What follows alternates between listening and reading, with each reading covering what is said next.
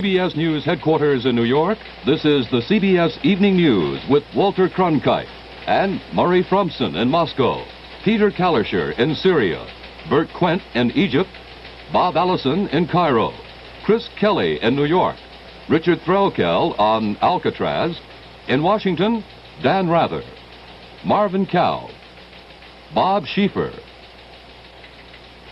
Bruce Morton, and Leslie Stahl.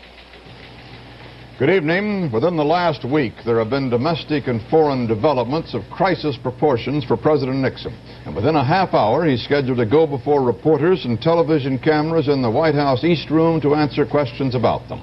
More from Dan Rather.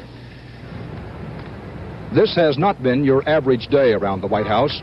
Some describe the atmosphere today as tense, others as apprehensive, still others as just curious. There was wide agreement that the atmosphere today is different, and no one could remember a presidential news conference in recent years about which there has been more interest. Outside the White House gates, the atmosphere today was a bit different too. It is not uncommon for pro-Nixon or anti-Nixon groups to picket. It is a little unusual for each kind of group to be demonstrating at the same time as they will today. At one point, a suburban businessman got into a shouting match with an inner-city teacher. It was a microcosm of arguments going on around Washington all day. That the crowd... Do you consider Russia to be an enemy of this country?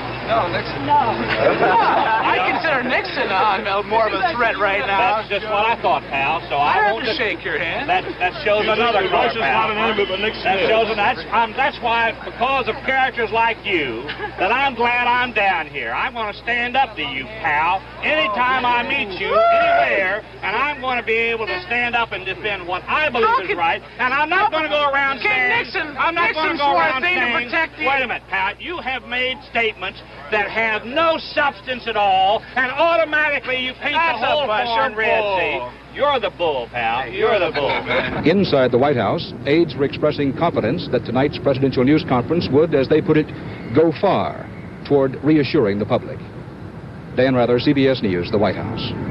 Mr. Nixon's news conference is scheduled to begin right after this broadcast, and CBS News will cover it live. As the president prepared for the news conference, he received from Acting Attorney General Robert Bork the names of 5 or 6 persons as a potential new special Watergate prosecutor. Bork said all have had experience in prosecution, that none is now in the government.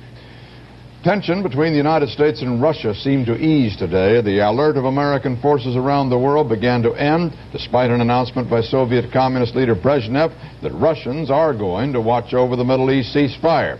What kind and how many, still not known, but tonight Egypt said 70 of them already were there. The United States responded grudgingly to the Soviet move by saying it would send some of its own observers, all of them civilians. We have reports from Murray Fromson in Moscow and Marvin Cow in Washington. First, Fromson on the appearance of Brezhnev before the World Peace Congress. Brezhnev had apparently postponed his speech to the Congress because of a major Kremlin decision. Today, he told the 3,000 delegates about it.